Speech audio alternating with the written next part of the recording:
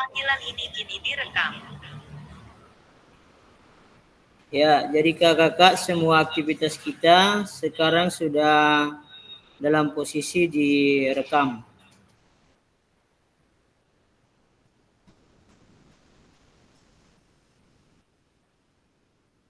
Ya, selamat bergabung Kak Putri.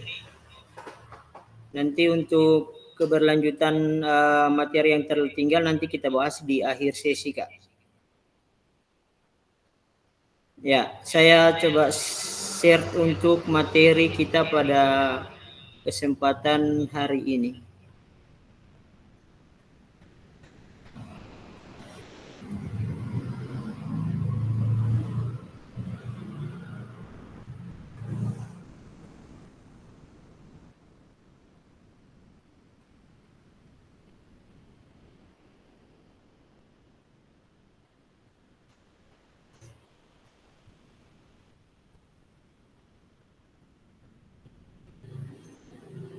Ya, jadi kakak-kakak untuk materi pada pertemuan kali ini modul 1.2C pemanfaatan sumber daya berbasis kekuatan dalam pembelajaran PJOK. Salam dan bahagia untuk kakak-kakak semua. Assalamualaikum warahmatullahi wabarakatuh. Salam damai sejahtera. Om Swastiastu, Namo Buddhaya, salam kebajikan, rahayu untuk kita yang ada di ruang virtual ini. Kesepakatan kita bersama kakak-kakak pertama bisa menyalakan kamera, kemudian mematikan mikrofon, hadir seutuhnya dalam pertemuan selama 2 jam pembelajaran, menghadiri waktu bersama, memaksimalkan fitur chat yang ada, raise hand atau angkat tangan ketika ingin bertanya. Gangguan teknis adalah hal yang biasa dalam pelaksanaan ini. Apabila terjadi gangguan jaringan atau lampu yang padam atau mungkin ada hal-hal yang lain, pengaruh cuaca, hujan dan lain sebagainya, mohon untuk bisa dikonfirmasi agar supaya menjadi perhatian bagi saya untuk memberikan daftar hadir kepada kakak-kakak. Ruang virtual ini akan terus terbuka selama 2 JP. Jadi apabila terjadi gangguan jaringan, apabila stabil kembali, kakak-kakak bisa masuk lagi. Ini yang pertama, kemana? Kemana itu pertanyaan kemana itu adalah kira-kira kemarin kakak-kakak sudah, saya lihat sudah banyak yang membuat jawaban dari materi tentang asset based thinking atau kemampuan aset di dalam pendidikan kita masing-masing, di sekolah kita masing-masing. Mungkin ada yang bisa bercerita tentang aset yang ada di sekolahnya dan terkait pembelajaran PJOK dan mungkin bagaimana strategi yang dilakukan untuk memenuhi aset-aset yang mungkin ada yang kurang. Kira-kira siapa yang bisa berbagi pengalaman dalam penerapan aset yang ada di sekolahnya masing-masing sebagai bahan untuk teman-teman yang lain mendapatkan referensi bahwa dengan keberadaan aset yang ada, kita bisa melakukan aktivitas atau kegiatan semaksimal mungkin. Kira-kira ada yang mau menjelaskan keberadaan aset yang ada di sekolahnya dan bagaimana cara menangani atau menyelesaikan aset khususnya di PJOK kakak-kakak. Ada kira-kira yang 5 menit ini mengisi tentang asset based thinking. Yang kemarin yang mungkin sudah dibaca atau sudah disampaikan lewat catatan-catatan atau lewat bacaan-bacaan di modul-modul yang ada. Bisa raise hand atau bisa langsung membuka mikrofon kakak-kakak.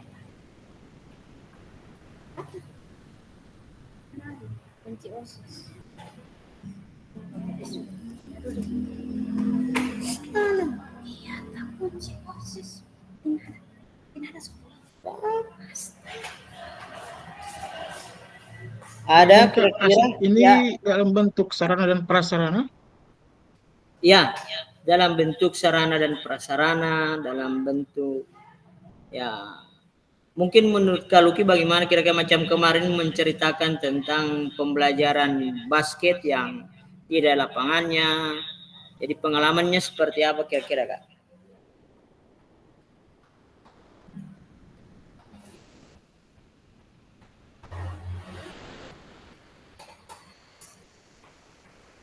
Kalau izin Kak, kalau saya sih di kemarin waktu masih pembelajaran K13, di situ kan di K13 hampir semua cabang kan kita kita apa namanya kita ajarkan ke anak-anak.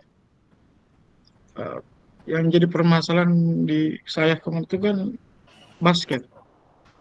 Basket itu sebenarnya sudah ada bantuan dari pemerintah melalui dinas.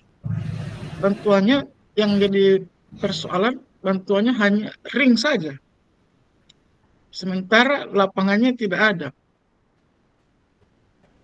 Nah, ketika saya ingin membelajarkan materi basket ke anak-anak, ya otomatis ini ring tidak bisa digunakan. Tidak bisa digunakan karena memang tidak ada sarana yang lain untuk memanfaatkan ring basket ini. Sehingga ketika saya mengajarkan basket, cukup hanya lempar tangkap saja. Bahkan untuk materi bounce pass, memantulkan bola, itu hanya menggunakan selasar. Selasar. Jadi hanya memanfaatkan aset-aset sekolah yang seharusnya itu tidak bisa digunakan untuk berolahraga. Bayangkan saja selasar itu hanya kecil ukurannya dan bisa jadi bola mau kena di kaca jendela.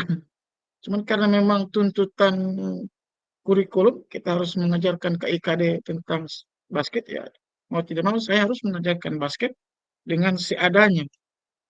Materinya pun saya potong hanya yang memang yang bisa kita ajarkan kayak eh, lempar tangkap kan, kemudian bounce pass ya cuma menggunakan eh, selasar. Begitupun dengan eh, sepak bola. Sepak bola. Terus terang di sekolah saya itu fasilitasnya memang memang sangat minim karena memang sekolah saya sekolah kecil di Padalama, ya memang fasilitasnya tidak memadai. Bola itu mau tidak mau saya pesan ke anak-anak. Saya pesan kalau misalnya besok kelas 7 misalnya, kalian besok pelajaran PJOK tolong bawa bola ya, siapa saja yang punya bola di rumah bawa tanpa memaksakan eh, harus bawa. Kalau memang tidak ada berarti kita pakai bola yang memang ada di sekolah. Tinggal bagaimana caranya untuk pembelajarannya dimodifikasi se pokoknya dimodifikasi saja sampai pembelajaran itu bisa bisa efektif yang pada akhirnya memang sebenarnya tidak efektif sih menurut saya karena menggunakan dengan satu bola itu tidak efektif. Jadi seperti itu.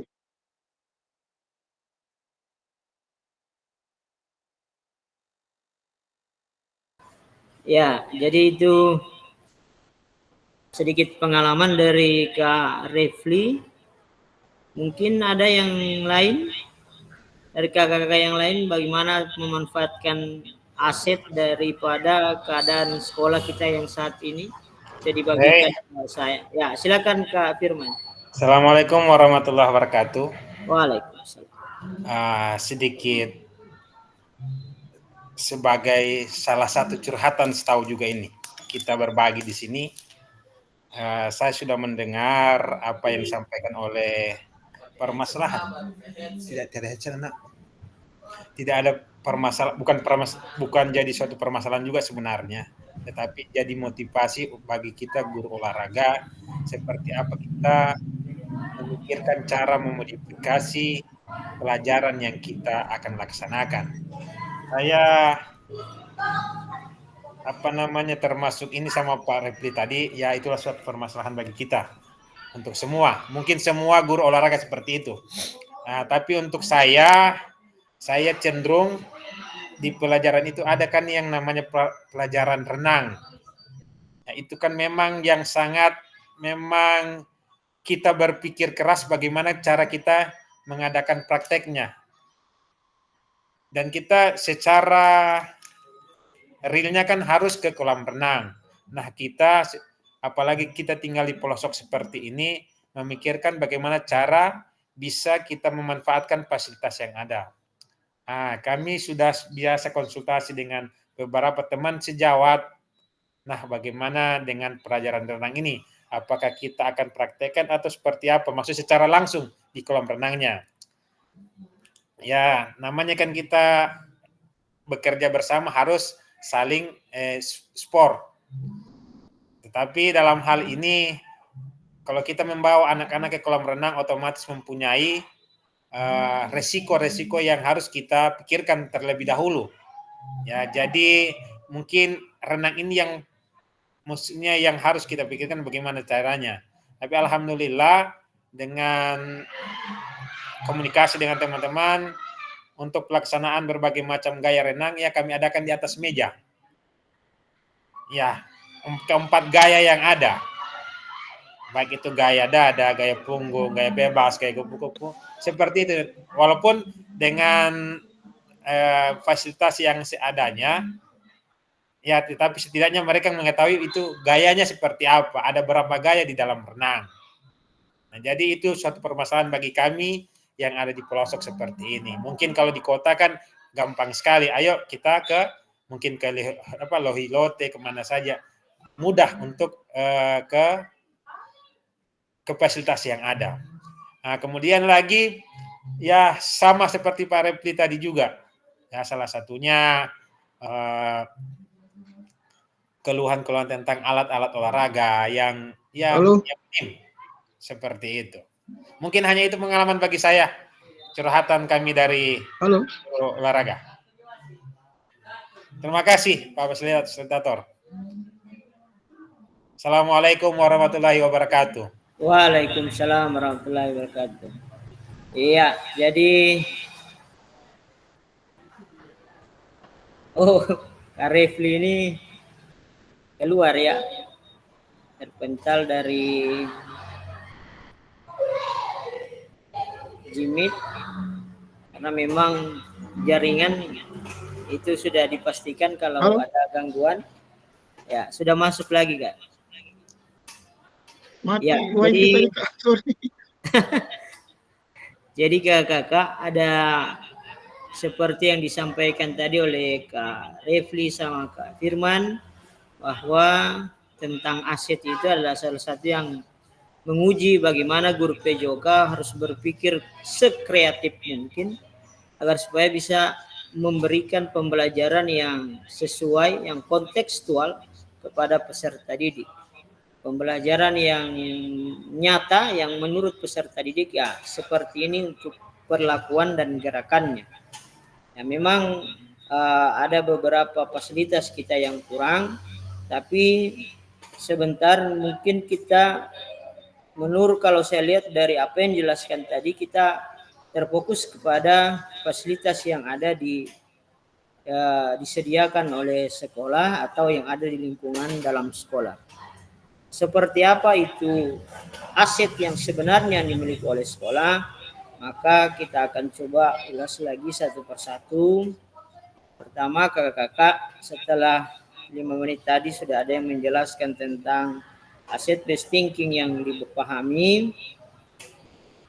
Saya sampaikan tujuan luas, yakni memfasilitasi dari pembelajaran ini adalah memfasilitasi PJOK yang berpusat pada peserta didik secara efektif, bermakna, menyenangkan, dan refleksif. Jadi yang bermakna itu yang sudah seperti yang disampaikan oleh Kak Firman tadi. Jadi anak-anak sudah bisa tahu gerakannya, dia melakukannya meskipun bukan di atas air, tetapi prosesnya sudah bisa dilakukan dengan gerakan yang sesuai. Jadi itu bermakna. Nah, mungkin nanti kalau dia jalan-jalan dengan orang tuanya ke pantai atau ke kolam renang, nah itu dia akan coba untuk merefleksi kembali, coba mempraktekkan sendiri. Kemudian capaian akhir pelatihan, guru PJOK memiliki perspektif pendekatan berbasis aset, kekuatan, asset-based thinking untuk meningkatkan kualitas pembelajaran PJOK yang berpihak kepada peserta didik. Jadi apa yang dijelaskan tadi sudah menggambarkan seperti apa itu asset-based thinking. Bagaimana keadaan aset kita saat ini.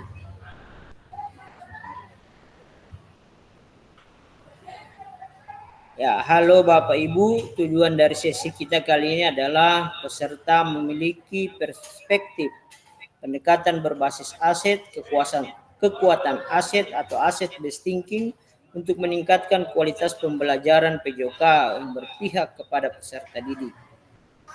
Agendanya pertama 5 menit, pembukaan itu kita sudah lewati bersama. Kemudian ada 10 menit berpikir berbasis aset kekuatan. Tadi sudah ada Kak Refli dengan Kak Firman yang menjelaskan. Kemudian 60 menit kita akan diskusi tentang situasi 345.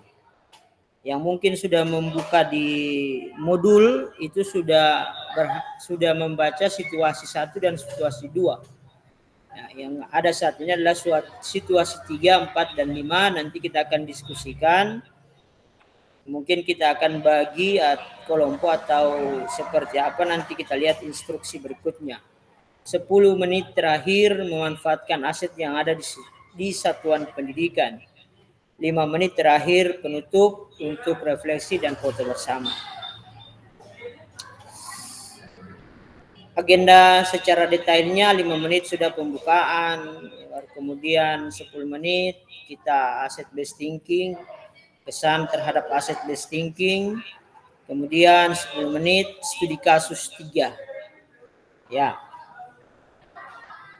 Nah, ini sudah lewat, sudah disampaikan tadi oleh beberapa teman. Nah, ini ada satu kata bijak dari Mahatma Gandhi. Kekuatan tidak datang dari kapasitas fisik, itu datang dari kemauan yang tak tergoyahkan. Jadi ini bisa menjadi penyemangat untuk Kak Refli bahwasanya kekuatan itu bukan dari fisik yang ada, dari sarana yang ada, dari bagaimana kita berpikir tentang kemauan yang tak tergoyahkan. Jadi kemauan untuk membelajarkan peserta didik tentang basket meskipun yang tersedia hanya bola dan ring. Jadi kalau mungkin yang lain berpikir sudah jauh atau tidak usah kamu ini, pokoknya kamu lihat saja di YouTube bagaimana itu basket. Tapi ini berusaha untuk menggunakan aset yang terbatas. Salah satunya selasar sekolah. Kemudian mungkin ringnya bisa dicari tempat yang bisa untuk digantung. Jadi ada ring, ada bola, tapi tidak ada lapangan. Nah, ini yang gagal. Ya. Berdasarkan proses belajar ada secara mandiri. Jadi belajar yang kemarin yang di modul secara mandiri dan pengalaman setelah PJP, atau apa pandangan Anda terhadap pendekatan asset based thinking? Ya, bisa dituliskan dalam satu kalimat di kolom komentar, kolom chat. Silakan kakak-kakak bisa membuka kolom chat dan menuliskan satu saja kalimat. Apa itu asset based thinking? Menurut kakak, apa itu asset based thinking? Silakan dituliskan di kolom chat. Mau yang mungkin sudah mempelajari lewat modul atau mungkin yang punya pengalaman atau mungkin yang menurut pemikiran kakak-kakak, ya silakan dituliskan, dituangkan dalam kolom chat satu kalimat tentang asset based thinking, tentang kekuatan aset. Istilah bahasa Inggrisnya adalah asset based thinking. Jika di bahasa Indonesia kan adalah kekuatan aset. Ya, saya tunggu di kolom chat. Kolom chat.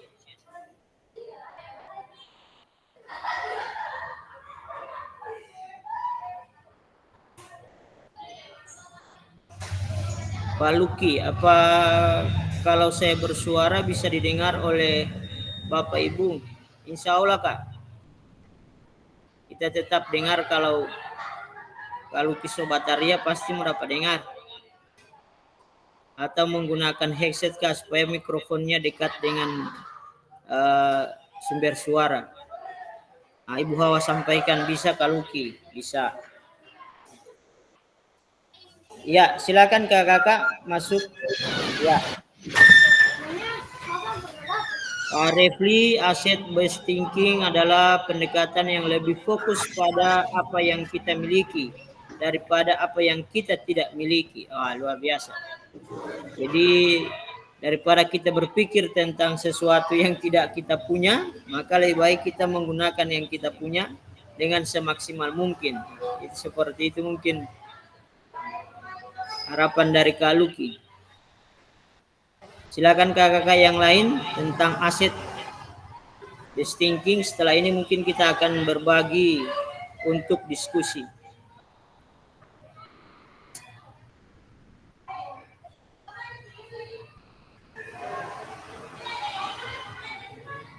Satu lagi mungkin yang perlu saya bacakan. Karena hari ini kita ada satu aplikasi lagi yang akan kita gunakan. Ada Figma Jamboard dengan ada satu lagi yang namanya Padlet. Ya, Padlet. Nah, ini yang gageng.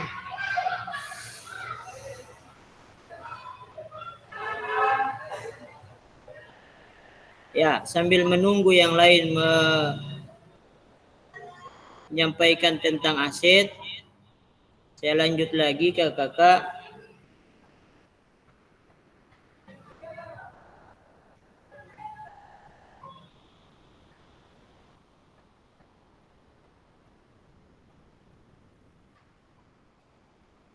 Ya.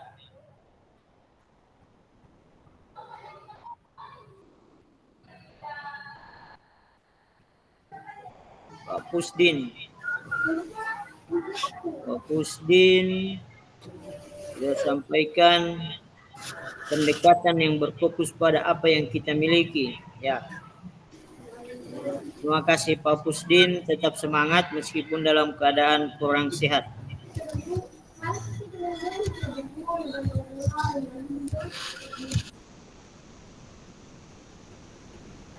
Ya. Selanjutnya ini ditanyakan apa itu asset based thinking, kemudian keistimewaan daripada asset based thinking. Tadi kakak ada berapa orang yang sudah menyampaikan tentang seperti apa asset based thinking dan bagaimana perkembangan dan bagaimana kita menggunakan asset based thinking untuk tetap berfokus kepada aset yang ada pada kita dibandingkan kita memikirkan kekurangan-kekurangan dari aset yang kita miliki. Nah, ini tadi mengapa kita perlu memahami tentang asset based thinking. Yang pertama, capaian pembelajaran hari ini peserta didik berpartisipasi dalam aktivitas jasmani, menyehatkan di luar ruang dan atau di lingkungan alam dengan menggambarkan sumber daya yang dibutuhkan untuk meningkatkan prestasi. Nah, Ini salah satu gambaran bagaimana kita berpikir tentang aset ini. Jadi ada dua ruang, ya ini di luar ruang maupun di dalam lingkungan alam, dan menggambarkan sumber daya. Selanjutnya, berdasarkan studi kasus, ketiga, identifikasi pendekatan berpikir.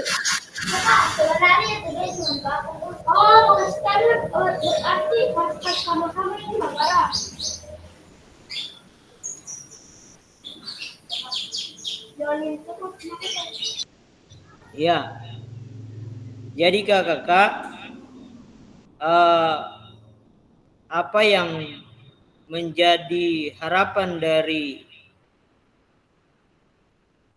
asset based thinking ini adalah bagaimana kita memikirkan atau berfokus terhadap aset yang kita miliki, tidak menjadikan alasan bahwasanya dengan aset yang kurang kemudian kita berpikir untuk tidak beraktivitas atau melakukan aktivitas terhadap aset yang kita miliki.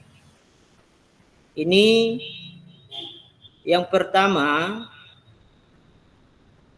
Saya coba kita masuk ke port atau Padlet. Saya coba dulu kita masuk di Padlet.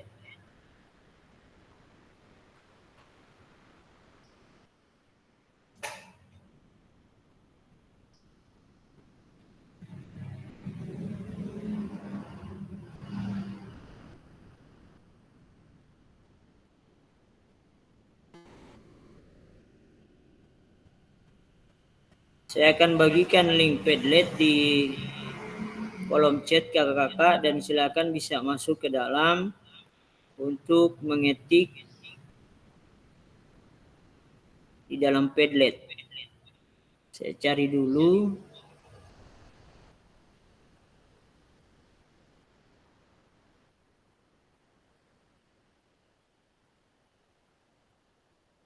Ya.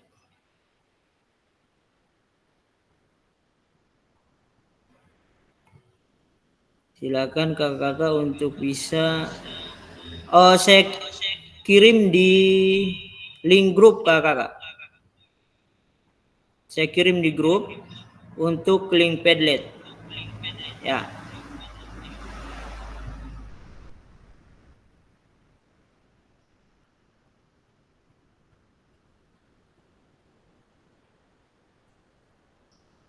Silakan bisa masuk di lihat di grup link Padlet kakak-kakak, kemudian diklik linknya. Kalau sudah diklik linknya, ada di sebelah kanan. Di sebelah kanan itu ada gambar tambah dengan pensil, diklik saja. Kemudian kakak-kakak akan menjawab pertanyaan bagaimana Anda dapat memanfaatkan aset yang ada di satuan pendidikan Anda. Kemudian strategi apa yang akan Anda lakukan.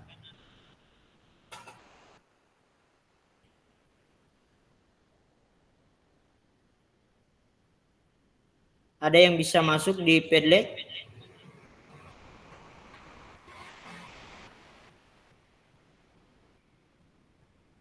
Di link grup kakak-kakak. Coba lihat di grup itu.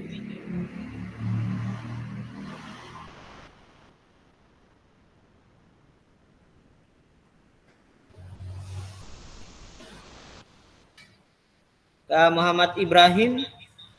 Luar biasa ini di LMS Tika ini masuk terus. Di Jimit nanti ketemu hari ini. Ya, tugas-tugasnya masuk semua. Pemborol dia, Kak. Mohon maaf Pak Fasilitator, Kak Ucin. Ya. Mohon maaf ini, soalnya agak ada sibuk sedikit. Jadi tinggal di mana tugas tinggal itu saya ikut saja, walaupun tidak berapa kali tidak ikut Zoom nanti kali ini. Ya. Jadi minta maaf sebelumnya. Zoom-nya itu Kak kalau umpamanya ada kegiatan atau ada apa bisa Kalau cuma Zoom yang kita tidak presentasi ya bisa lewat HP. Jadi kalau memang ada kesibukan atau apa, kita fleksibel saja Kak. Jadi tidak usah memaksakan harus Ya, siap, terus. siap Pak. Ya, Siap Pak. ya. Ada yang sudah bisa masuk di link Padlet yang saya bagikan di grup. Ini mau daftar dulu Kak. Ya. Ini mendaftar Ada dulu. muncul, sudah muncul. Ini mendaftar dulu. Saya juga muncul. Ini mendaftar dulu bagaimana?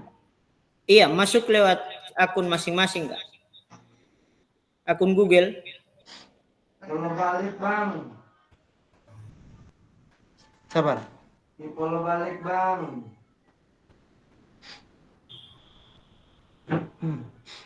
Apa ini? Saya suruh ada pertanyaan situ.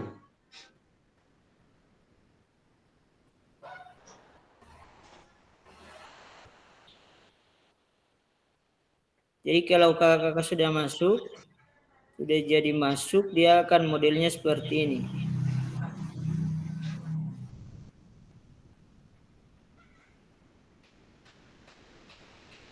Ya begitu Kak. Sudah muncul yang ini. Iya. Ya.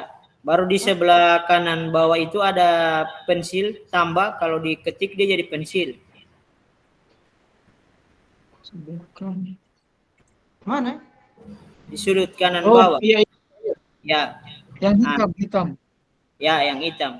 Ya, silakan Kak dijawab bagaimana Anda dapat memanfaatkan aset yang ada di satuan pendidikan Anda. Kemudian strategi apa yang akan Anda lakukan? Follow back Bang. Iya, dapat. Ada di satuan pendidikan ada strategi apa ya?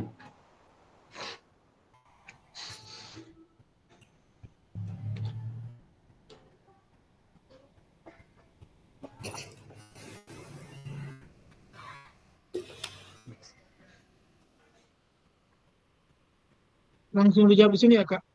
Ya.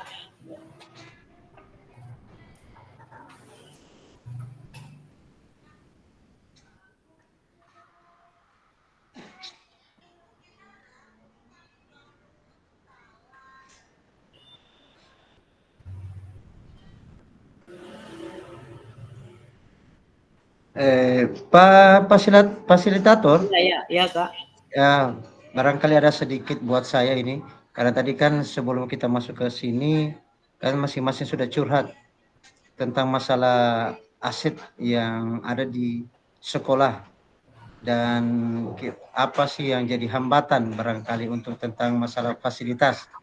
Ya. Kalau bagi saya, untuk saya Pak ya, yang terjadi di sekolah saya itu masalah fasilitas itu bagi saya itu tidak jadi masalah. Tapi yang buat tantangan bagi saya adalah yang di sekolah itu, sekolah ini kan di SLB.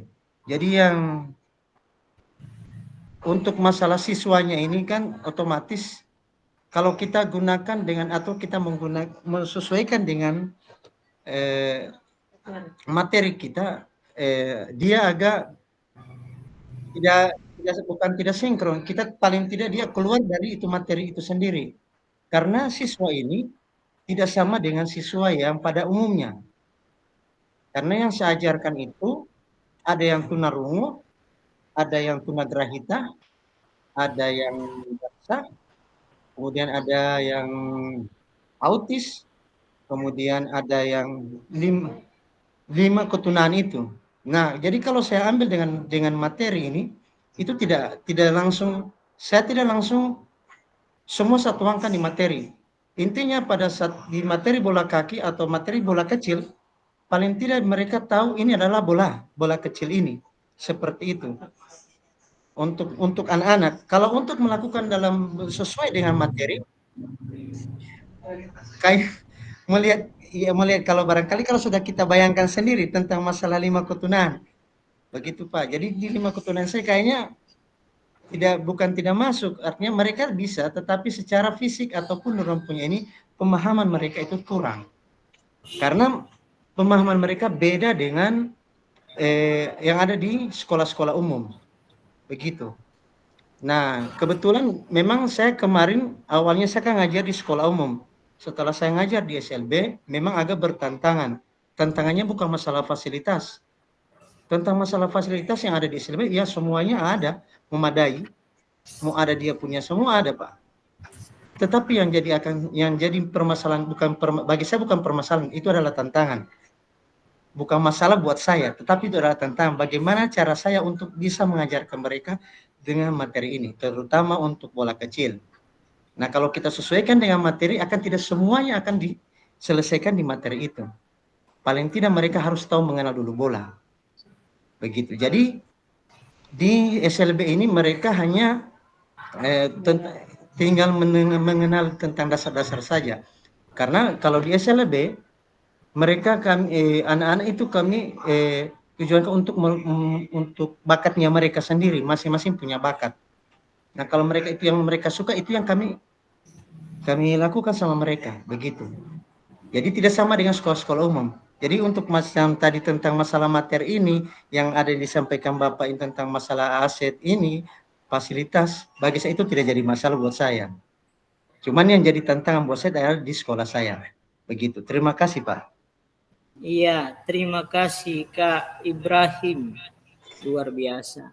Nanti insya Allah di pertemuan mungkin di modul 2 atau akhir modul 1 itu kita ada pembelajaran inklusif untuk peserta didik yang inklusif, Kak.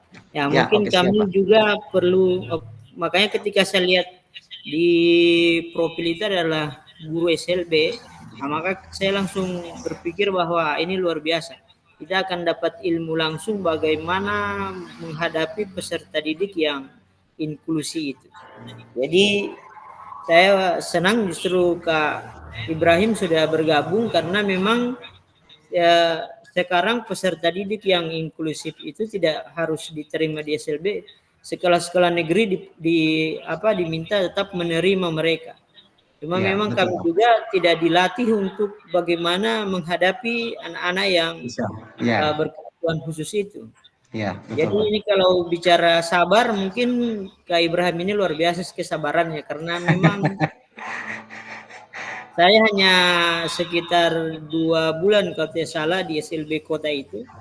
Itu hanya mempersiapkan mereka untuk ada yang namanya keterampilan boci.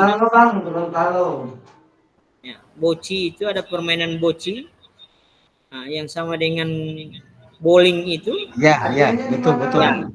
Nah, cuman 2 bulan saya memang, tapi memang ada lucunya, ada ya pokoknya campur aduk.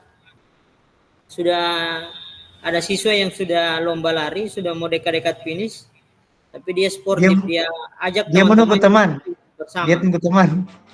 Ya. Ya, dia sama mama yang so balompa-lompa, Pak. Kalau saya sempat ke Aceh, Bang. Baru saja juga kejadian begitu, Pak. Kejadian baru-baru 2 SN begitu. Sudah dekat finish karena dia tunggu teman. Allah. Ya, silakan kakak-kakak kembali kita ke board, ke Padlet untuk bisa menuangkan tulisannya di Padlet. Ini sudah ada beberapa yang masuk di dalam. Jadi terlihat di layar Padlet. Kak Refli sudah masuk di dalam Padlet. Yang lainnya mungkin bisa bergabung juga. Ini sudah ada, Kak? Iya, Kak. Bagaimana cara kirimnya nih? Bagaimana cara kirimnya nih, Kak? Tunggu, saya ini lihat. Kan sudah ditulis. Ya. Ini kan saya sudah tulis, terus kirimnya ke tidak usah kirim, Kak. Tidak usah kirim, Kak. Ini sudah muncul. Oh, sudah muncul sama Kak. Oh, saya kira ada di itu di layar saya sudah kasih lihat. Ya, jadi ini adalah tulisan Kak Refli ini. Ya, saya menunggu yang lain. Jadi ada yang lain mungkin bisa bergabung memasukkan tulisannya di Padlet. Bagaimana Anda dapat memanfaatkan aset yang ada di situasi pendidikan Anda? strategi apa yang akan Anda lakukan? Nah, menurut Kaluki, bagaimana Anda dapat memanfaatkan aset yang ada di sekeliling Anda? Strategi apa yang Anda lakukan saya menggunakan aset yang ada di sekolah secara optimal untuk mendukung pelaksanaan kegiatan pembelajaran PJOK. Tantangan bagi saya, masalah aset yang ada di sekolah sebagian besar tidak ada. Jadi materi yang diajarkan tidak ada asetnya atau alatnya sehingga gambar-gambar yang ada di buku diperkenalkan kepada peserta didik. Mungkin yang lain bisa bergabung ke memasukkan tulisannya di Padlet sambil saya melanjutkan untuk materinya.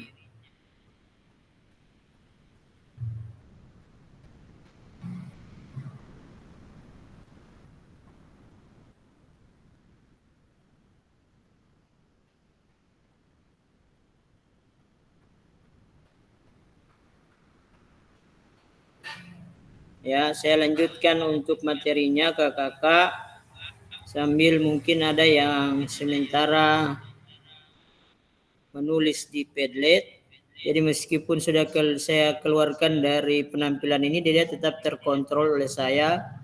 Silakan kakak bisa tetap menyelesaikan tulisannya. Ya. Selanjutnya kakak-kakak, ini ada studi kasus yang ada di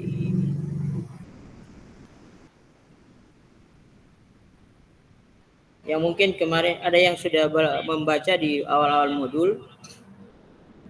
Jadi ini ada studi kasus pada saat menentukan tujuan pembelajaran, asesmen dan aktivitas kegiatan dari capaian pembelajaran. Pak Gerak selalu menyampaikan ide dan gagasannya terkait kegiatan yang akan dilaksanakan untuk mencapai tujuan pembelajaran tersebut kepada kepala sekolah. Pak Gerak sangat membutuhkan dukungan dari kepala sekolahnya. Dukungan terkait kebijakan dan kemampuan kepala sekolah dalam bernegosiasi dengan pihak perkebunan kopi yang kebetulan memiliki area yang sangat luas di dekat sekolah untuk dijadikan tempat bagi peserta didik belajar di luar ruangan. Lingkungan alam seperti jalan kaki, lari, dan kegiatan lainnya. Sarana lapangan olahraga yang dimiliki kantor perkebunan kopi untuk pembelajaran PJOK pun dapat dimanfaatkan penggunaannya bila ada kesempatan atau kerjasama. Kepala sekolah menyampaikan bahwa sangatlah rumit jika harus menjalin kerjasama dengan pihak perkebunan karena pemiliknya terkenal tidak mau bermasyarakat dan tidak ingin perkebunannya dirusak warga.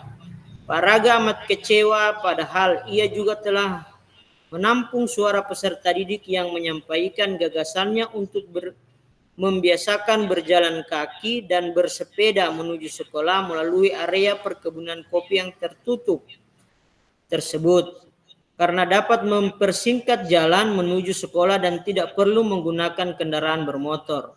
Pak Gerak juga memohon kepada kepala sekolah agar dapat mensosialisasikan gerakan pembiasaan jalan kaki dan bersepeda ke sekolah kepada orang tua peserta didik serta mengajak berbagai pihak untuk turut menjaga keselamatan dan keamanan peserta didik ketika menuju sekolah.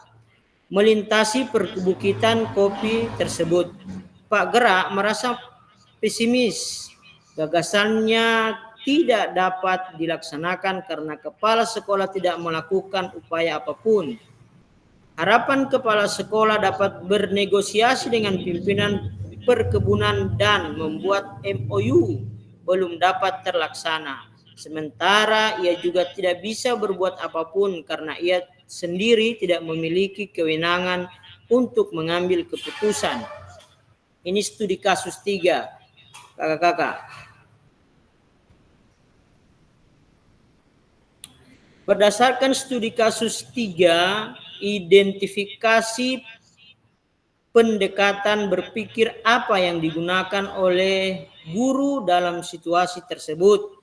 Yang kedua, identifikasi aset apa saja yang dimiliki dalam situasi tersebut. Yang ketiga, jelaskan strategi apa yang akan Anda kembangkan berdasarkan pendekatan berbasis aset dalam situasi tersebut. Jadi ada 3 pertanyaan kakak-kakak dari penjelasan studi kasus 3 yang ada di atas. Kakak-kakak akan saya bagi menjadi beberapa kelompok untuk masuk di ruang virtual berikut. Tidak perlu keluar dari sini. Waktunya akan saya tentukan. Jadi kakak-kakak akan berdiskusi dengan 3 pertanyaan ini dan berdasarkan cerita yang ada di atas.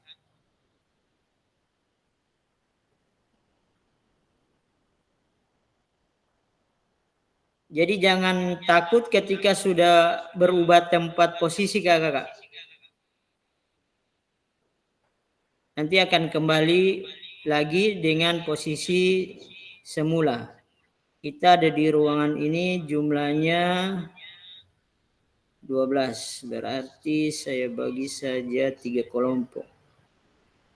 Waktunya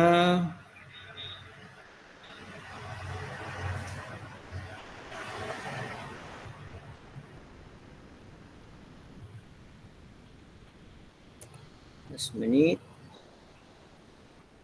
Kemudian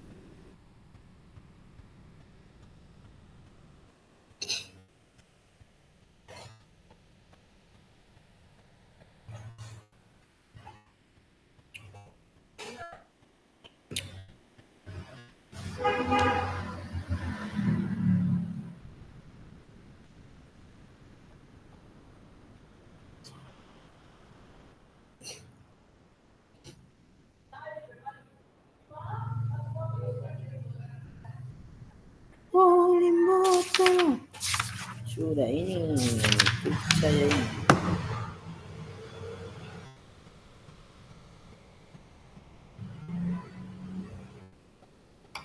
Berjamret guys.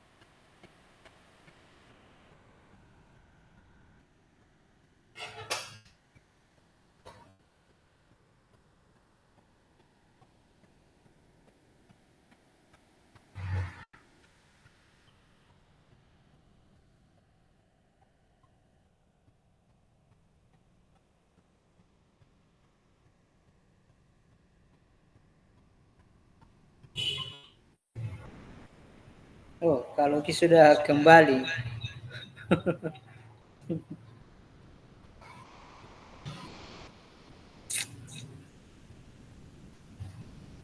Kalau kata Kasaril bilang tadi, kalau tidak mau kasih pinjam itu lapangan, mau bicara DP kopi. Ya, yang lain ini belum pulang.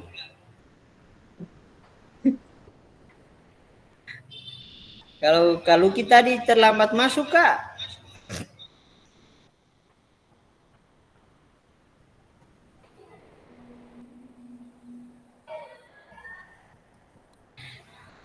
Mau dapat dengar ini suara, cuma DP mikrofon ada kasih mati.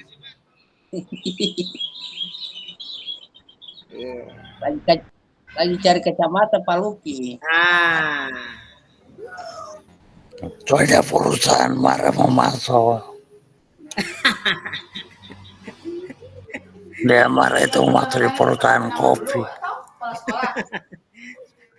Sebenarnya kalau sekarang ya, pengalaman sama saya ini kurang lebih 20 tahun tidak pernah ketemu dengan masalah seperti ini. alhamdulillah. Cuma yang terjadi paling utama itu adalah tujuan pembelajaran. Yang kemarin. Tujuan pembelajaran bukan lapangan.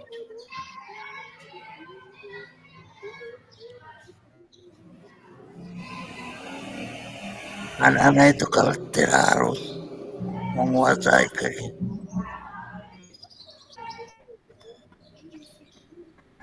harus menguasai seluruh teknik-teknik itu kan cuma dasar. Di Paruli bos tidak tak pulang kamar di Paruli. Oh, Di awal waktu dia Kak Firman. karena sholat Pak pada Luki awal waktu bilang sholat, Kak. Oh ya. tidak boleh terlambat. Oke, mungkin kakak dari kelompok mana yang mau presentasi lebih dahulu tentang mengamati apa yang terjadi pada kebun kopi ini.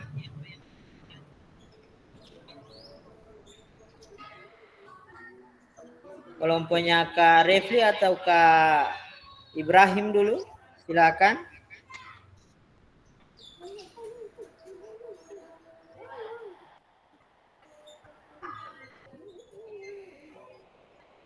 Bisa kalau di ketika Refli bisa share screen.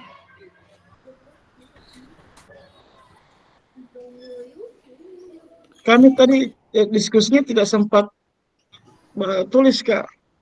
Cuma diskusi ini saja.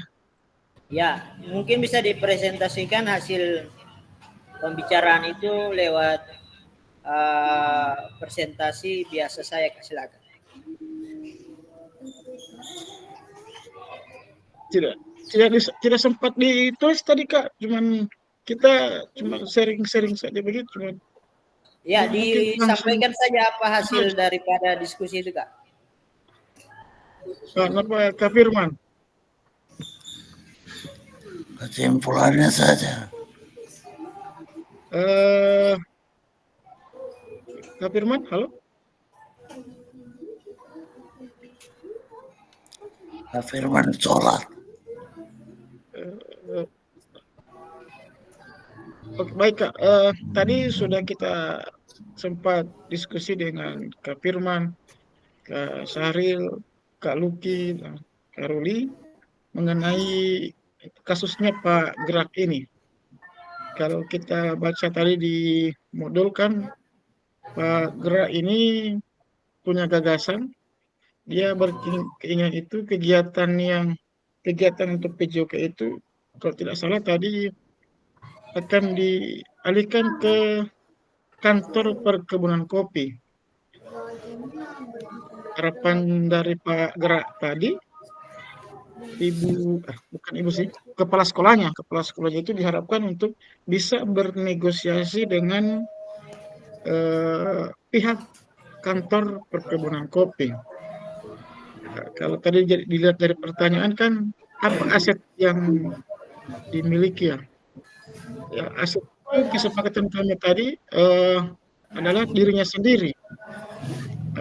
Dia sendiri yang mencari kemampuan, berarti dia sendiri yang mencari bagaimana cara supaya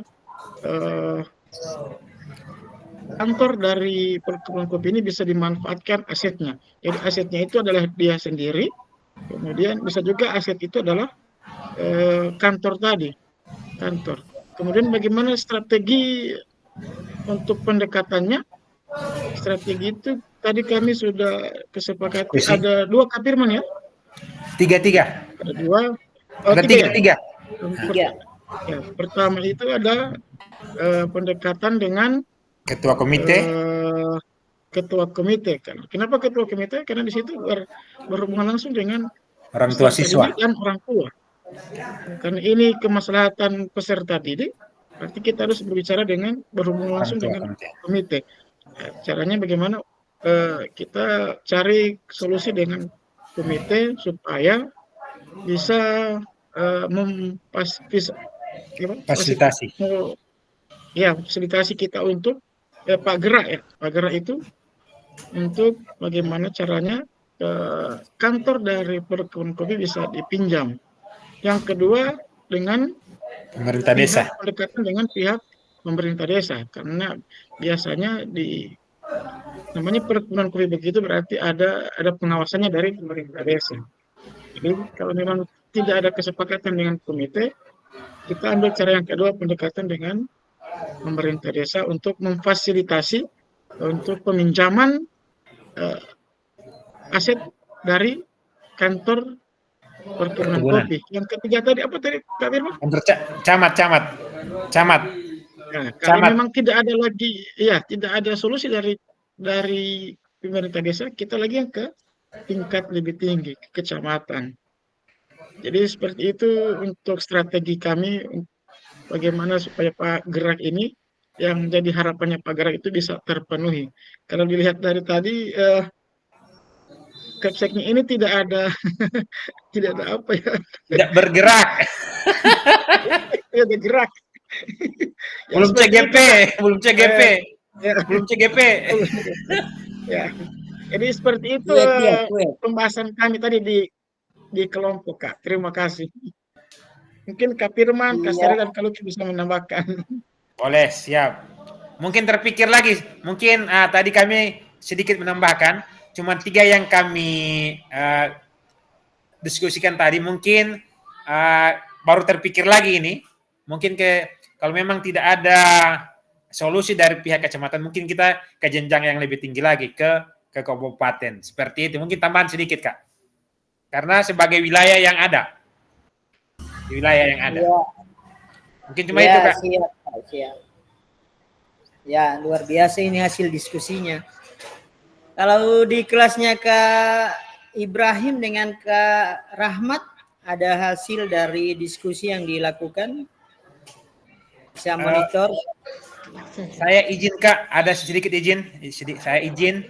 Mungkin saya Zoom ini, saya tetap jalan. Saya ada izin ini, Kak. Apa namanya? Saya ada kewajiban mengajar anak-anak mengaji. Siap. Ya. Izin keluar, bukan. Tidak keluar dari Zoom juga, tetap Zoom-nya jalan. Cuma mungkin saya tiada di tempat, ada mengajar mengaji anak-anak. Kameranya di off saja. Off saja. Siap, Kak. Izin terlebih dahulu nih untuk kakak-kakak yang ada di Zoom. Silakan Kak Ibrahim dengan Kak Rahmat, ada presentasinya. Yang teman lain ada bisa? Atau saya akan mewakili? Ya, silakan Kak Ibrahim. Oke. Dulu Kak Ibrahim. Oke, ya siap Ibu Hawa. Assalamualaikum warahmatullahi wabarakatuh. Ini dari hasil diskusi kami. Saya melihat dari kasus dari yang Pak Gerak kemarin, yang di sini saya ambil kasus ini dari Pak Gerak menggunakan tentang pendekatan kolaboratif dengan melibatkan kepala sekolah dalam perencanaan kegiatan pembelajaran yang memanfaatkan fasilitas perkebunan kopi. Ia juga menetapkan pendekatan negosiasi untuk mendapatkan dukungan kebijakan dan kesepakatan penggunaan fasilitas dari pihak lain. Kemudian kombinasi kedua yaitu ada pendekatan ini membantu Pak Gerak mewujudkan kegiatan belajar yang inovatif dan efektif dengan melibatkan berbagai pihak.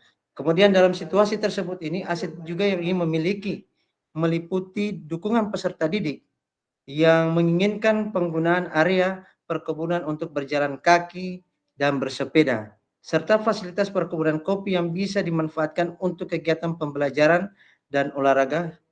Kepala sekolah juga memiliki peran penting dalam mensosialisasikan ide dan potensi untuk kerjasama meskipun ada kendala dalam negosiasi. Gagasan Pak Gerak tentang pembiasaan berjalan kaki dan bersepeda serta kemampuan sosialisasi yang ada dapat digunakan untuk mendorong dukungan dari komunitas dan orang tua, meskipun ada tantangan dalam melaksanakan kerjasama dengan pihak perkebunan. Kemudian dengan situasi yaitu berdasarkan pendekatan berbasis aset, strategi yang dapat dikembangkan meliputi manfaatkan dukungan peserta didik dan fasilitas perkebunan dengan membuat proposal sama dengan apa yang disampaikan oleh Pak Ruli tadi, untuk proposal alternatif yang menjelaskan manfaat dan langkah-langkah keamanan. Selain itu, membangun jaringan dukungan dari orang tua dan komunitas lokal. Terus serta mengajukan opsi kerjasama terbatas dengan pihak perkebunan dapat meningkatkan kemungkinan terwujudnya gagasan pembelajaran ini. Barangkali hanya itu, Pak Fasilitator. Iya, dari luar kami biasa. kelompok ini. Ya, Makasih. terima Kira-kira kasih. ada tambahan Pak dari Ibrahim. barangkali ada tambahan untuk Mungkin ada tambahan dari kakak-kakak yang lain, Kak Hawa atau Kak Rahmat, yang satu kelompok dengan Kak Ibrahim. Ya, kakak-kakak juga kalau memang ingin memberikan aplaus atau jempol, boleh lewat fitur itu yang ada di bawah, emot orang itu yang di sebelah di bawah itu, bisa diklik-klik di situ. Kak Sahril angkat tangan, silakan Kak Sahril. Kak Luki angkat tangan. Kalau yang angkat tangan itu kamu ada yang mau disampaikan atau ada yang mau ditanyakan? Sebelah lagi yang ada gambar orang itu, Kak. Klik itu yang ada gambar orang akan muncul macam-macam di situ. Ada laugh, ada jempol, ada trompet, ada tertawa, menangis. Itu. Refli so kasih keluar dia punya jurus. Ya, saya lanjutkan kakak-kakak. Terima kasih atas pemikiran dari kakak semua. Ini disampaikan di dalam presentasi ini. Itulah pentingnya pola pikir berbasis aset dalam PJOK. Guru PJOK perlu memandang sumber daya yang dimiliki sebagai suatu kekuatan dan aset. Jika guru PJOK telah terbiasa berpikir dari sisi kekuatan, maka ia akan fokus dan berupaya terus pada pemanfaatan kekuatan dan aset yang dimiliki. Dengan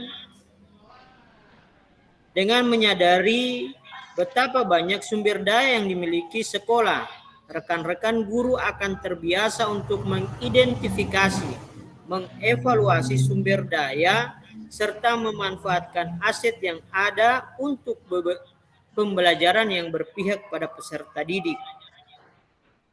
Yang berikut, pentingnya pola pikir berbasis aset dalam PJOK, mewujudkan visi, mencapai tujuan atau prakarsa perubahan.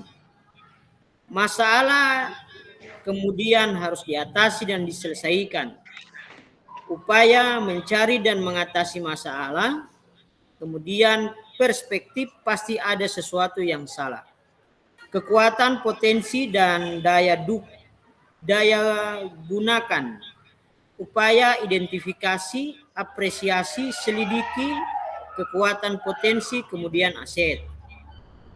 Perspektif, pasti ada kekuatan potensi aset. Fokus, cari kelemahan dan sistem tersebut. Masalah, kesulitan, batu sandungan, pengalaman emosi tidak menyenangkan. Fokus, apresiasi, kekuatan potensi aset dalam sistem tersebut. Semangat, gotong royong, ko-kreasi, masalah, tantangan, batu lompatan, pengalaman emosi, bahagia. Apa yang disampaikan di sini kakak-kakak, seperti apa yang terjadi pada Pak Gerak itu, artinya bahwa kakak-kakak tidak hanya mengidentifikasi aset yang ada di lingkungan dalam sekolah, tetapi kita juga bisa melihat bahwasannya situasi lapangan yang ada di luar. Kalau mungkin kalau di kita itu tempat gilingan padi, itu yang lapangannya yang tempat penjemuran padinya itu agak luas. Kalau di kebun kopi itu ya berbicara mungkin di daerah-daerah Jawa sana, di Bandung dan lain sebagainya. Pak Gerak ini dia hanya melihat bahwa ada potensi di sana, mungkin kita bisa pinjam dan lain sebagainya. Nah, memang tantangannya adalah tadi sudah disampaikan oleh Kak Ibrahim, itu satu tantangan dia adalah dari kepala sekolah yang enggan melakukan MOU dengan pihak perkebunan. Nah, apa yang harus dilakukan? Nah, dia punya aset satu, yakni siswa. Nah, melalui siswa ini kan bisa dikomunikasikan dengan satu, mungkin tadi kalau di kita ada namanya komite yang bisa memfasilitasi orang tua untuk bisa berkomunikasi dengan pihak perkebunan. Nah, mungkin ada orang tua siswa yang bekerja di perkebunan atau mungkin justru dia punya jabatan di perkebunan itu yang bisa memfasilitasi kita sebagai guru ketika kita memerlukan aset ini. Kakak-kakak, selanjutnya kita lihat di sini yang perlu diingat ada 7 aset yang dapat diberdayakan, diantaranya aset manusia. Jadi aset itu kalau tadi yang disampaikan oleh Kak Refli, dia lebih banyak kepada fasilitas yang ada di dalam sekolah. Nah, menurut teori yang ada tentang aset based thinking, aset itu ada 7. Yang pertama aset manusia, ya mungkin guru, peserta didik, dan tenaga pendidik yang ada di dalam sekolah. Kemudian aset yang berikut adalah sosial, kemudian agama dan kebudayaan, kemudian fisik, lingkungan alam, finansial dan politik. Keberanian peserta didik menyampaikan kritik dan saran mendorong kepemimpinan murid. Jadi kalau peserta didik sudah mulai mencoba untuk menyampaikan, Pak Guru boleh orang tidak mau belajar mungkin di tempat penjemuran padi yang ada di samping rumahnya si ini, hanya 500 meter atau 100 meter dari sekolah ini. Berarti peserta didik kita itu sudah mulai mencoba untuk menyampaikan apa yang mereka inginkan. Nah, biasanya kalau guru PJOK tidak memahami bahwa itu adalah bagian daripada aset, maka dia akan sampaikan, sudah mulai dengan naik darah itu kakak. Jadi langsung dengan memutus harapan anak-anak. Di sini saja, tidak usah kemana-mana. Nah, itu yang sering terdengar di telinga peserta didik. Kemudian komite bersuara menyampaikan kritik. Nah, nanti kita lewat komite mengkritika atau mungkin meminta pendapat komite. Kepala sekolah sebagai pimpinan pembelajaran dapat melakukan upaya-upaya untuk menggunakan kewenangannya dengan membuat kebijakan-kebijakan yang dapat mengakomodir kepentingan warga sekolah dan peningkatan kualitas pembelajaran yang berpihak pada peserta didik. Saya lihat ini Garut adalah wilayah yang istimewa karena untuk guru penggerak angkatan 12 itu hanya Kabupaten Gorontalo Utara yang dapat. Insya Allah ini saya lihat masih ada yang muda-muda, Kak Refli, Kak Ibrahim, Kak Rahmat. Semangat mungkin kalau bertabrakan dengan jadwal kita, ya kita tinggal komunikasikan.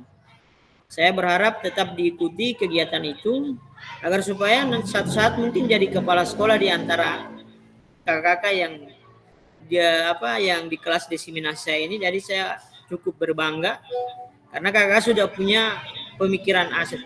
Kalau kepala sekolah Pak Gerak tadi mungkin dia belum berpikir tentang itu, dia belum berpikir untuk memberikan fasilitas atau memfasilitasi warga sekolah untuk kepentingan peserta didik. Kemampuan untuk menengarahi kebijakan kepala sekolah dalam mengatasi tantangan yang ada. Memengaruhi poli. Memengaruhi. Ya, di mana? Mari merefleksikan bersama di mana posisi kita selama ini sebagai guru PJOK dalam mengenali dan mengidentifikasi aset yang dimiliki di satuan pendidikan. Ya, kakak-kakak, ini saya akan ada tadi ini di board, di Padlet baru 2 orang. Clever L ini akunnya siapa, Kak? Clever L. Jadi yang masuk baru Clever L sama dengan akunnya Kak Repli. Nah, selanjutnya kakak-kakak saya bagikan link untuk Jamboard di link Jamboard saya bagikan di kolom chat.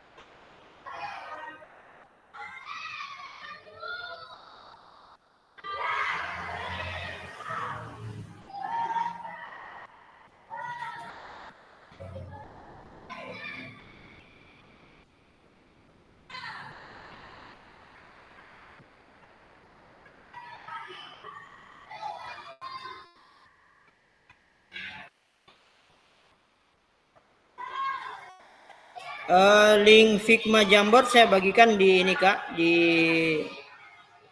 WhatsApp group. Silakan dilihat di WhatsApp group.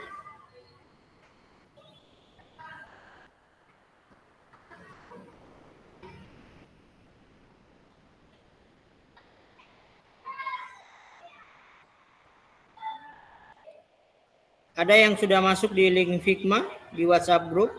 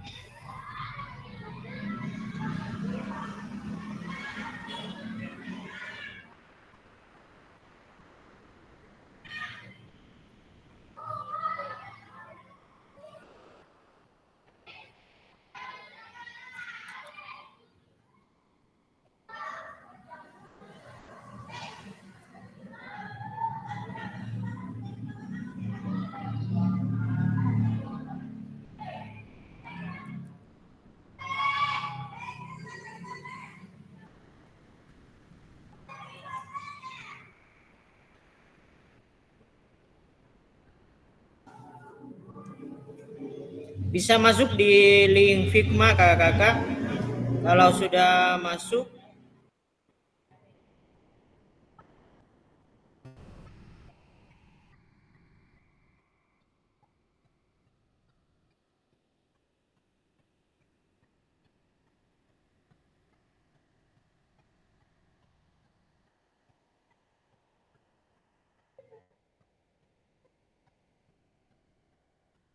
ya. Kalau kakak-kakak masuk di link Figma Jamboard, ini kakak-kakak akan mengisikan 7 aset yang ada di sekolah masing-masing. Contohnya seperti ini. Cara pengerjaan untuk Figma. Saya coba share screen untuk pengerjaan Figma Jamboard kakak-kakak. Karena kemarin kita ada yang tidak berhasil untuk mengerjakannya. Ada yang sudah masuk tapi tiba-tiba DP Taman Soha hapus calling.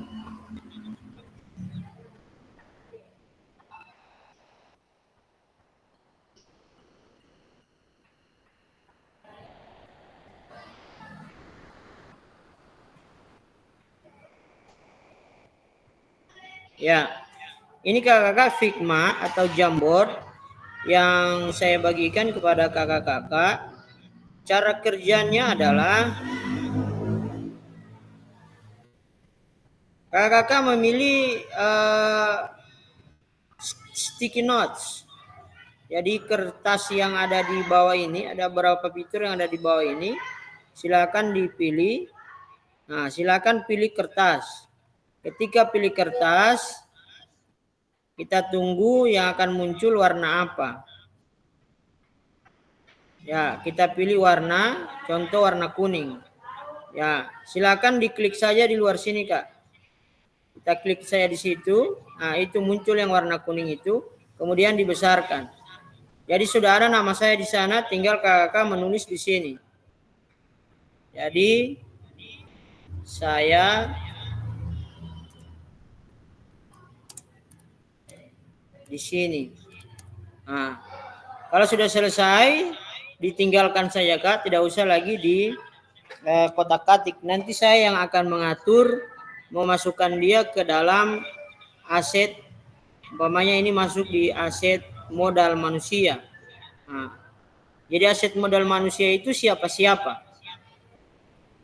Menurut kakak siapa-siapa yang dimasukkan dalam aset modal manusia? Nah, jadi tinggal dimasukkan di situ kakak. Ada yang bisa masuk di ini yang di dalam ini baru Ibu Hawa sudah masuk di dalam, Pak Muhammad Ibrahim, Pak Rahmat sudah masuk di dalam. Silakan mungkin bisa memilih kertas Kak, kertas yang ada di bawah ini. Sudah. Ya, nah ini Sahril, silakan menulis Kak.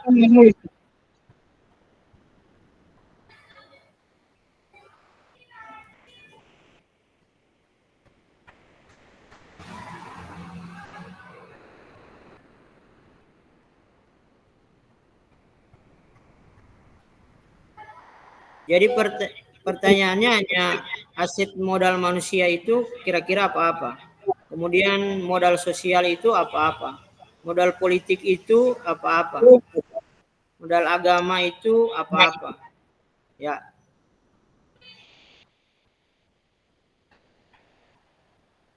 Kertasnya diambil di bawah Kak. Ada pensil, ada kertas. Tidak usah pensil, nanti sudah coret-coretin. Tinggal ambil saja kertas.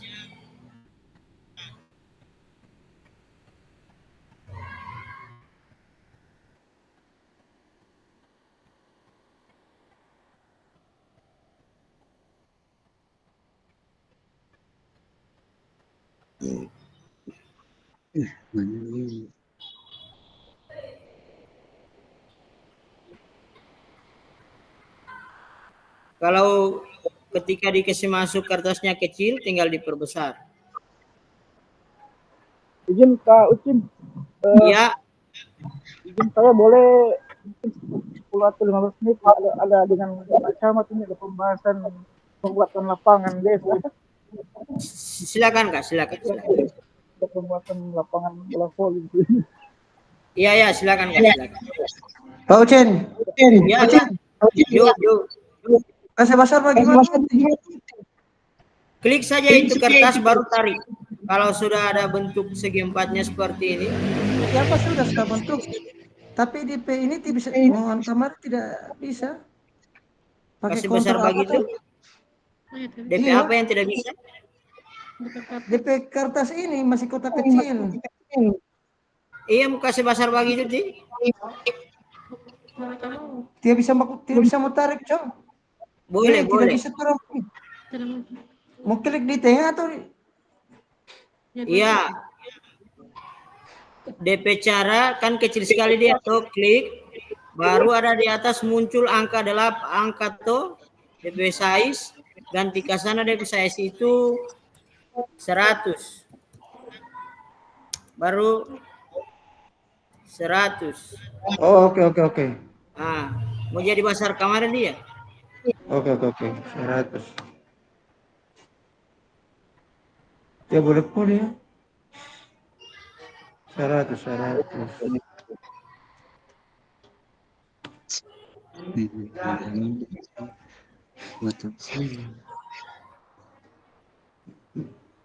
Anda pilih.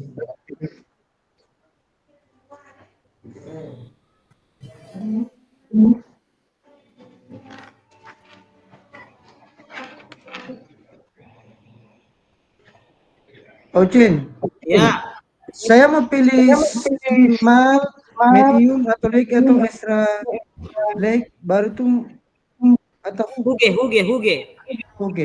Huge. Baru 100. Harus klik 100. 100. Kalau kecil 100, 200. Tidak bisa.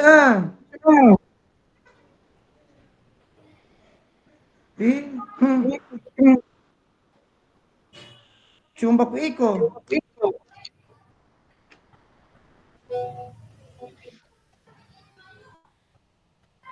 Coba lihat di ini, lihat di tabuka ini kan, tabuka zoom toh. Iya, tak buka. Jadi kertas, baru ambil warna, baru klik di luar. Ya. Baru klik ke sana, muncul gambar begini modelnya, tinggal tarik.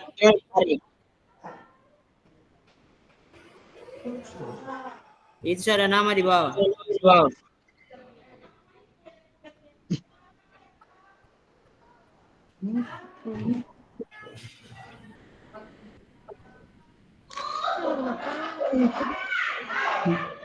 Atau kasih besar dulu DP layar. Baru scroll besar. Tidak pakai mouse. Nah, tidak pakai mouse, di sudut kanan itu ada tambah kurang. Oke. Boleh. Oke, siap. Jadi. Nah, Sorry. Silakan diisi saja aset manusia itu apa-apa sampai 7 aset itu, baru nanti saya yang mau pindah-pindah ke dalam. 7 aset manusia? 7 aset yang dimiliki. Ada aset modal manusia, kemudian ada aset modal sosial, politik, agama, fisik, lingkungan, kemudian finansial.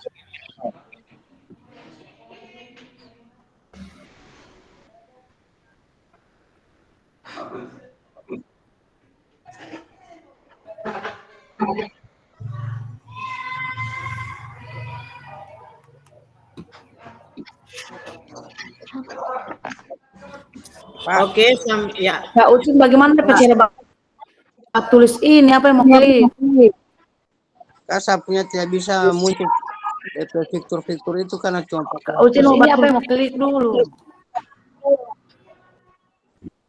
Mau tulis yang mau ini kertas dulu, ambil kertas dulu, sticky notes. Sudah kertas sudah baru. Ya. Baru mau pilih warna, mau suka warna apa? Iya. Kemudian klik saja di luar, keluar begitu. Nah, itu muncul dia. Ya. Baru tinggal tulis besar, baru taruh saja di dalam situ itu.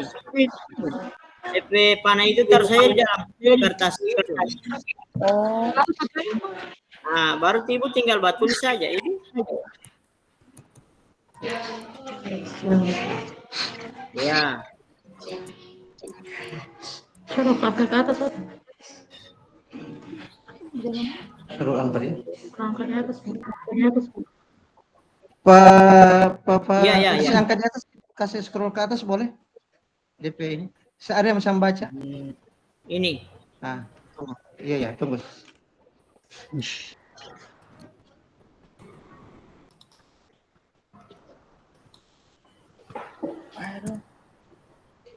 Oke, Pak.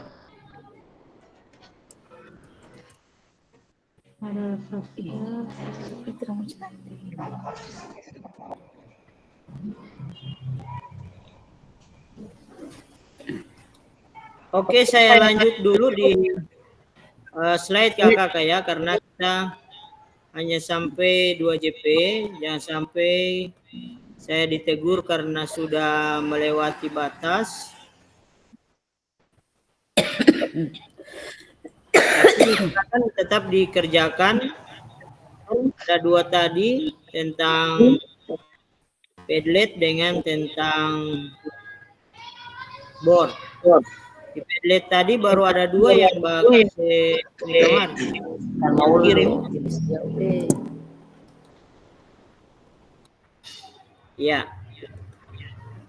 Ya, seperti ini Jamboard yang dimaksud.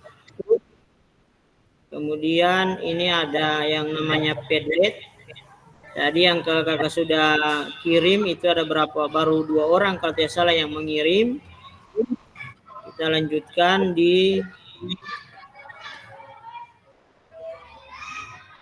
materi berikut.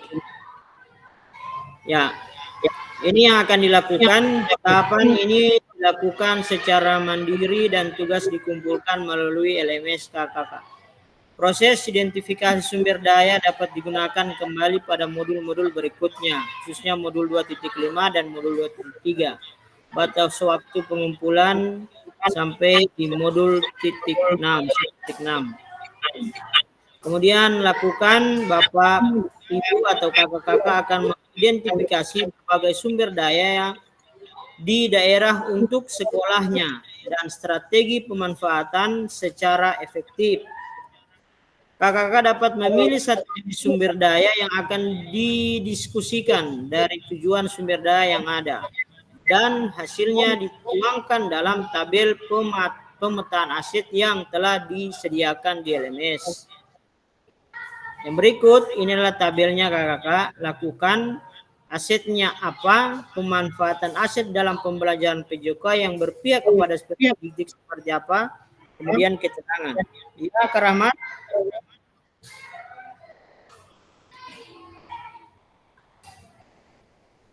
Ya, Kak Rahmat. Ya. Ya. Ada yang mau ditanyakan?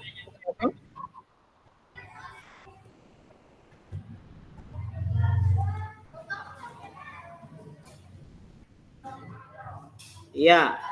Saya lanjutkan. Jadi kolom ini akan kakak buatkan untuk di LMS. Terakhir, pada akhir sesi kita hari ini, Bapak, Ibu, atau kakak-kakak, peserta memiliki perspektif pendekatan berbasis aset, kekuatan aset based thinking untuk meningkatkan kualitas pembelajaran PJOK yang berpihak kepada peserta didik. Dan terakhir, terima kasih atas kehadirannya dalam pembelajaran pada sore hari ini, kakak-kakak. Ya, silakan dikerjakan dulu yang Padlet sama yang Jamboard tadi. Saya matikan dulu recordingnya. Sebelumnya saya sampaikan terima kasih atas partisipasinya hari ini, kakak-kakak.